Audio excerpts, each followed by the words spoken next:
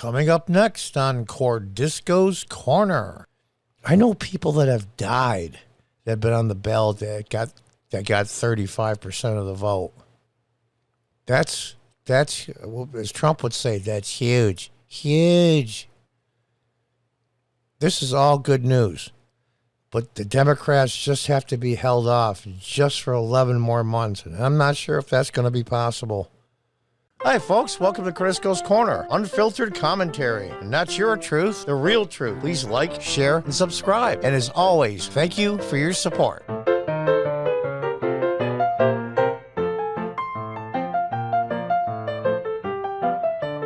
Hi, folks. Welcome back. From timcast.com. Trump leads Biden by 6 points in 2024 poll. Yeah, I had to throw that in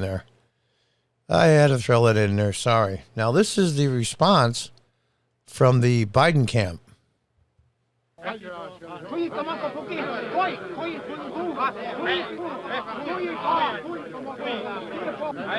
that came directly from the press office of the Biden administration.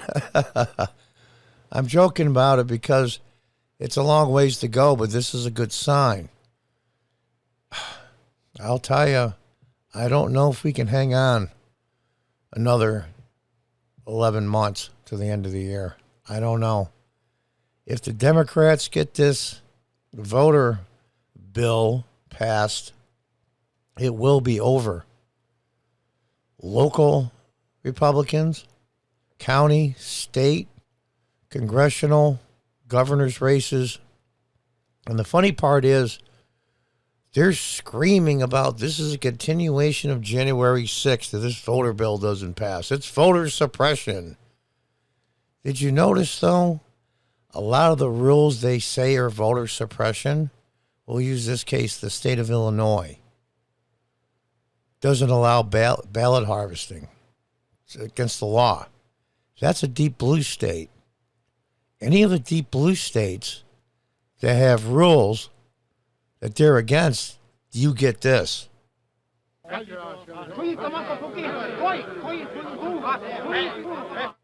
Yeah, I mean, they only care about the red states and what I call purple states, the ones in between, the ones that just lean Republican or just lean Democrat. Those are the ones they're pushing for this so-called election reform. Texas, Florida, Virginia, you name it, North Carolina, Michigan, Wisconsin. That's the ones they're complaining about. Pennsylvania, Georgia.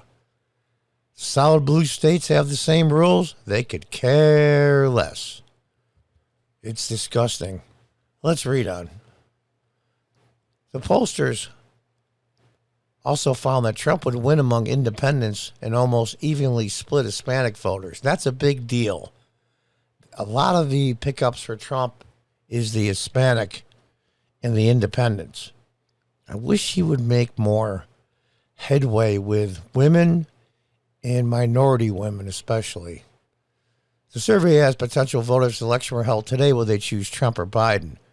Just 40% they said they would vote for re-elect Biden, while 46% would vote for Trump. 10% said they would choose some other candidate. Well, all right, that's fine. They're not independents. They're probably disillusioned Democrats, but that still only leaves 96%. That's another 4%. You got to remember something here. If that 4% swung Trump's way, that's 50% to 40. That's a 10% gain. That is freaking huge. If you punch it into Electoral College, I think it was Ronald Reagan, I don't think had a 10% above Jimmy Carter when he swept the country. Trump will get 81% from GOP voters, and Biden would get 75% of Democrats if the election were held today. That's what I mean. Some other candidate are probably those disillusioned Democrats. Among voters not affiliated with either major party, however, Trump would win by 16-point margin. Those are the independents. 45 to 29. 29%. I know people that have died that have been on the ballot that got 35% of the vote.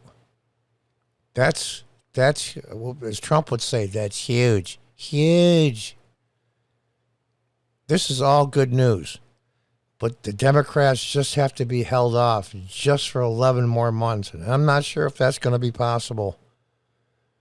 Are any of the Democrats in the Senate going to cave? Christian Sinema, Joe Manchin. My God, I wish they would team together instead of just one. So listen, we go as a pair. There's strength in numbers. A majority of voters, 52%, they said they have an unfavorable view of Biden. On the other side, 51% have a favorable view of Trump.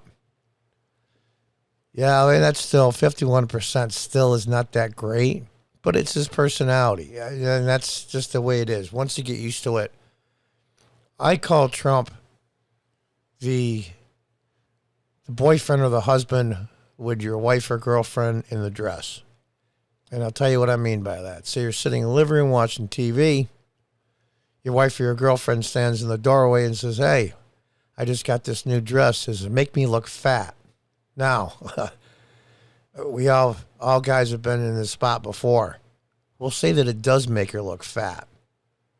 Most boyfriends or husbands would say, well, you know, honey, I don't like the color. I don't like the cut. Maybe it's too long. It's too short. And they would use some other reason not for her to wear it. Trump would go, hell yeah. It makes you look fat. Take it off. And here's the part that's interesting is, in the first case, you lied, and Trump told the truth, but he's the jerk. And that's just the way these things are. Once you get by that part of his personality and his ego, everything's the best. Everything's the biggest. Once you get past the blustering and the chest pounding and look at the policies, he should be way farther ahead than he is. Less than 1 year into his presidency, 52% of likely voters had an unfavorable impression of Biden. This is astounding, given the fact that the mainstream has given Biden the benefit of the doubt so often and glossed over his administration's utter failures concerning the pandemic, inflation, foreign policy, etc. Chris Talgo, senior editor and research fellow at the Heartland Institute, on the other hand, 51% of likely voters now have a favorable opinion of former President Trump. Yeah. I'm trying to think who the president was that served 2 terms but non-consecutive. I'm trying to do this from memory. Was it Grover Cleveland? I'm trying to remember. He could make history, and that's very appealing to Trump. In fact, more likely voters would vote for Trump over Biden if the next presidential election were held today. It seems like American voters are experiencing a classic case of voter remorse.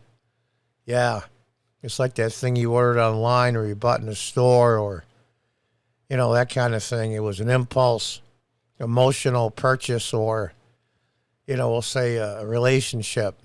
And you go like, oh, crap. You know, I did it on emotion, and now like the smoke is cleared and I've calmed down. I really don't want to do this. I picked the wrong thing. Well, you can't take your vote back. Trump did not do well with black voters. They found that Biden would get 61% versus 26% for Trump. And that's the part just amazes me. Why do black voters just line up for the Democrat Party? You know, we can go on and on and on why I think the Progressive Democrat Party is terrible for black people.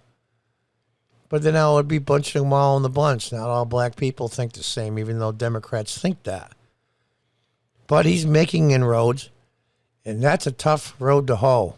A Republican at the national level trying to get black votes. Now, among black males, he does fairly well. Black females, he does really poorly. Support from Hispanics was split, however, with 41% for the current president and 38% for the former. I thought that would be a little bit better, but it's way better than it was 10 years ago for a Republican candidate. I think there's 2 or 3 congressional districts in Texas just along the Rio Grande on the border of Mexico that I believed were plus Hillary like 10, 15 points. And then Trump in 2020 ended up being like plus 10 Trump. That's like a 25-point swing. In fact, I believe all those Democrat congressional people along the border have decided to, quote unquote, retire. So he's making inroads in with the Hispanic community. I hate that phrase because then you think all Hispanics think alike, and that's racist. More women voters, 47% than men, 43, have a favorable impression of Biden. While men, 54, are more likely than women voters, 48, to have a favorable impression of Trump. Women, that's better than I thought it would be. In an election rematch, women voters would split evenly. That's very good news. Very good news. If you remember from when Trump lost and the Virginia gubernatorial race, it's the white suburban women that really turned the tide. Women voters split evenly, 43 for Biden, 43 for Trump, while men would choose Trump by a 14-point margin. Yeah. Get inroads with African Americans and women, and you're in.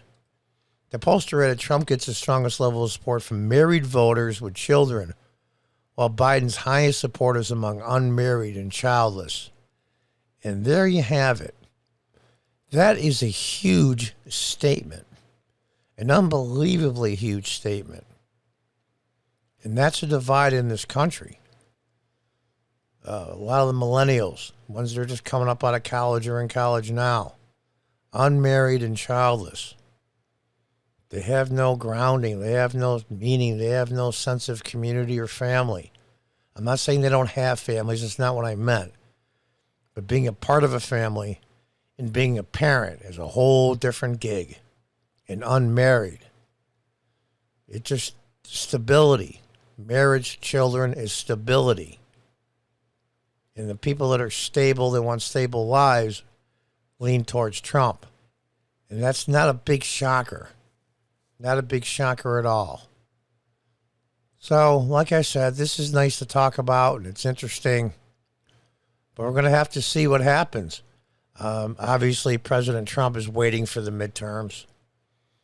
And I'm sure he's going to travel over the country to help Republicans in midterms. The America First Republicans, and I'm sure he's going to be picking some primary candidates to primary the neocon Republicans to get them the hell out of there, the Mitt Romney types and the Lindsey Graham types, to be honest with you. He's another one.